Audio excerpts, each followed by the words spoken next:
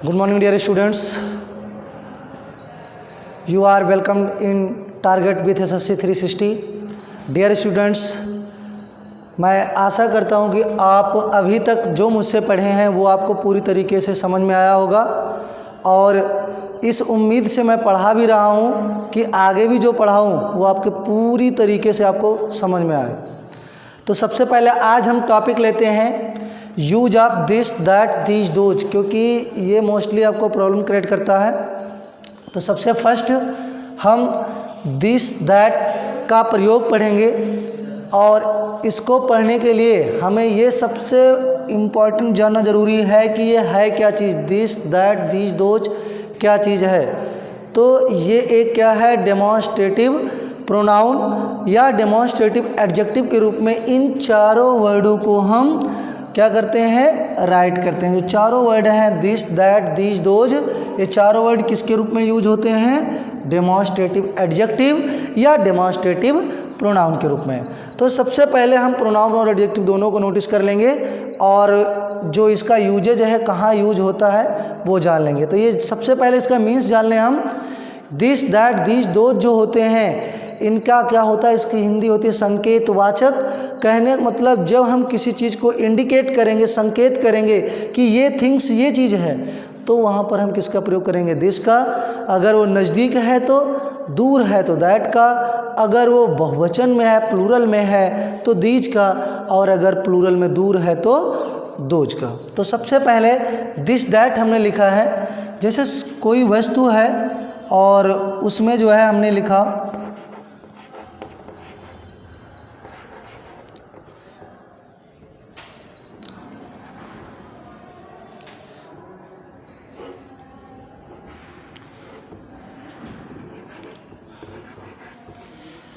कोई वस्तु नज़दीक है, और नज़दीक में हम उस वस्तु के लिए किसका प्रयोग करेंगे?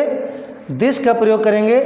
अगर कोई भी बॉय मान लीजिए है और बॉय वो बिल्कुल नज़दीक है, तो उसके लिए हम किसका प्रयोग करेंगे? दिस का। मान लीजिए कोई भी बॉय है और वो क्या है, बिल्कुल नज़दीक है, तो हम किसका प्रयोग करेंगे?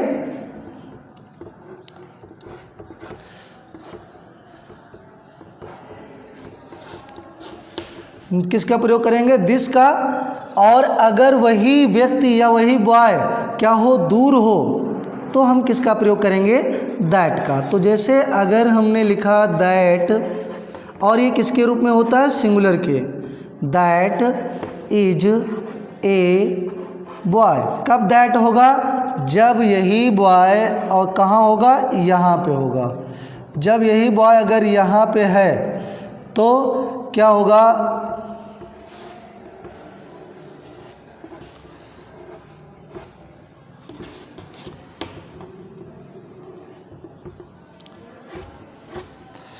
अगर यही बॉय दूर है तो हम किसका प्रयोग करेंगे? दैट का। और अगर यही बॉय नज़दीक है तो हम किसका प्रयोग करेंगे? दिस का। तो कहने का मतलब दिस दैट समझने के लिए, तो यहाँ पर जो दिस दिया गया है वो क्या चीज़ है? एक प्रोनाउन है।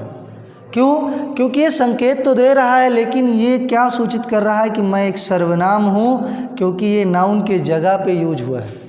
तो जब कोई वर्ड नाउन के जगह पे यूज होता है, इन प्लेस ऑफ नाउन, तो वो क्या होता है? सर्वनाम होता है, प्रोनाउन होता है। ये क्या है? प्रोनाउन है।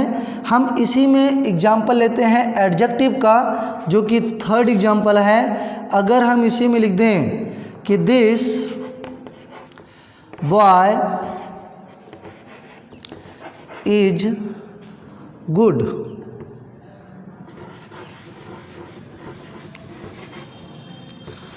तो यहाँ पर ये दिस क्या होगा? ये दिस एक एडजेक्टिव है। क्या होगा? एडजेक्टिव होगा, क्योंकि यहाँ पर जो दिस था वो क्या है? प्रोनाउन है, और यहाँ पर दिस क्या है? एडजेक्टिव है। तो ये चीज़ है नज़दीक के लिए ही, लेकिन यहाँ पर क्या है? वो नाउन से पहले लगा है। नाउन से पहले प्रोनाउन नहीं, नाउन से पहले किसका प्रयोग होता है? एडजेक्टिव का। आगे है दूसरा दैट का भी देख लीजिए, जो दूर हो उसके लिए भी, जैसे कि यही example that boy is good, तो ये क्या हो जाएगा? इसमें दैट क्या है, ये दैट एडजेक्टिव है क्योंकि वो बॉय से पहले आया है। तो एडजेक्टिव और प्रोनाउन दोनों में आपको अंतर भी बताया गया, साथ में इसका यूज भी बताया गया कि जब कोई वस्तु नज़दीक हो और उसको हम संकेत के द्वारा बोल रहे हैं यह वह ये वे कहकर, तो समझ जाएगा कि वो क्या होगा, प्रोनाउन है और उसमें दिस दैट का प्रयोग होगा। दिस मीन्स क्या होता है, यह होता है, और दैट मीन्स क्या होता है, वह होता है। याद रखिएगा इस चीज़ को, दिस मीन्स क्या होगा, यह, और दैट मीन्स क्या होगा, वह। तो सबसे पहले इसको नोटिस कर लीजिएगा। इसके बाद हम फिर क्या बताएंगे आपको, दीज और दोज का प्रयोग। तो इसके बाद हम किस चीज़ को पढ़ेंगे, दीज और दोज के प्रयोग को पढ़ेंगे। नोटिस करिएगा,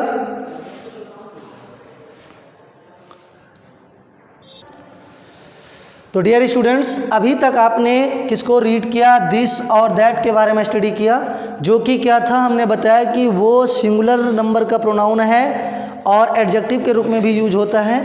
लेकिन अब हम दीज और दोज को पढ़ेंगे, जो कि प्लूरल के लिए होता है। किसके लिए होता है, प्लूरल के लिए होता है। और इसके प्रयोग मतलब इसका अर्थ क्या होता है, दीज का अर्थ होता है ये और दोज का अर्थ होता है वो।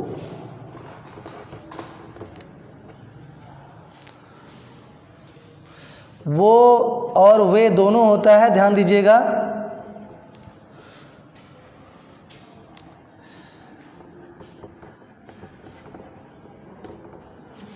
तो सबसे फर्स्ट यहाँ पर ये हो जाता है, इन हो जाता है, यहाँ पर वो और उन हो जाता है।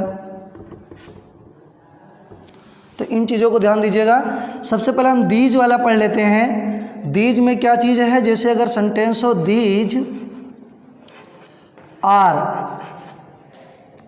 बॉयज, क्या सेंटेंस हो, दीज आर बॉयज, वही चीज़ है, लेकिन यहाँ पर क्या है, ये प्लूरल में है। तो इसके प्रयोग में क्या होगा, दीज आर बॉयज, जब वही लड़के कई हों, जब लड़के कई होंगे तो उसके लिए हमें किसका प्रयोग होगा,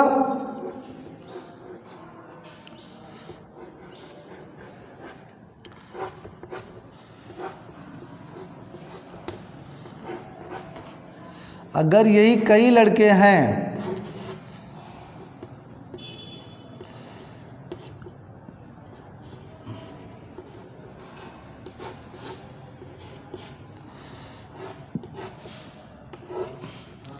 तो इसमें किसका प्रयोग होगा, दीज का प्रयोग होगा, क्योंकि ये नज़दीक है। अगर यही लड़के दूर होते तो हमें किसका प्रयोग करना पड़ता, दोज का। याद रखिएगा ठीक से, जब नज़दीक होंगे तो दीज और जब दूर होंगे तो किसका प्रयोग करेंगे हम, दोज का। दोज आर बॉयज, ये ध्यान रहे कि ये क्या है, संकेत में है। अब आपको खुद बहुत आसानी से याद हो जाएगा और कभी नहीं भूलेंगे।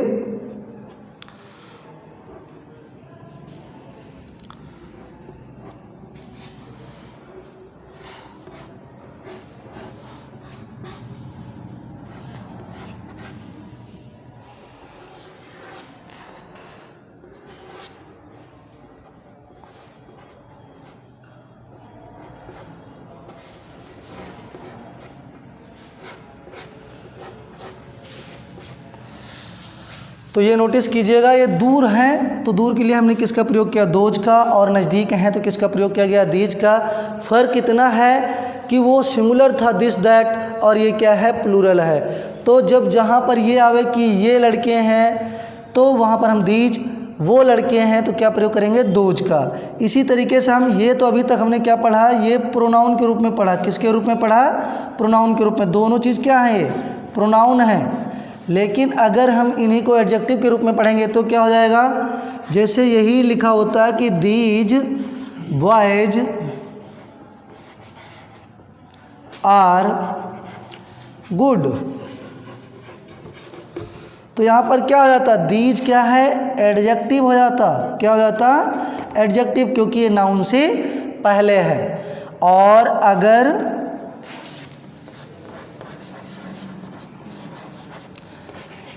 यही चीज़ अगर हम लिख दें, दोज बॉयज आर गुड, तो यहाँ पर दोज क्या हो जाएगा, एडजेक्टिव हो जाएगा। तो कहने का मतलब बस यही चीज़ है, होगा तो संकेतवाचक ही, चाहे वो संकेतवाचक सर्वनाम हो, चाहे संकेतवाचक क्या हो, विशेषण होगा तो संकेतवाचक ही। लेकिन बस फिर आपको इतना ही रखना है, जैसे अगर प्रोनाउन और एडजेक्टिव में अंतर करना हो तो प्रोनाउन के बाद नाउन नहीं है, लेकिन क्या है, एडजेक्टिव के बाद नाउन होता है। तो ये याद जरूर रखिएगा।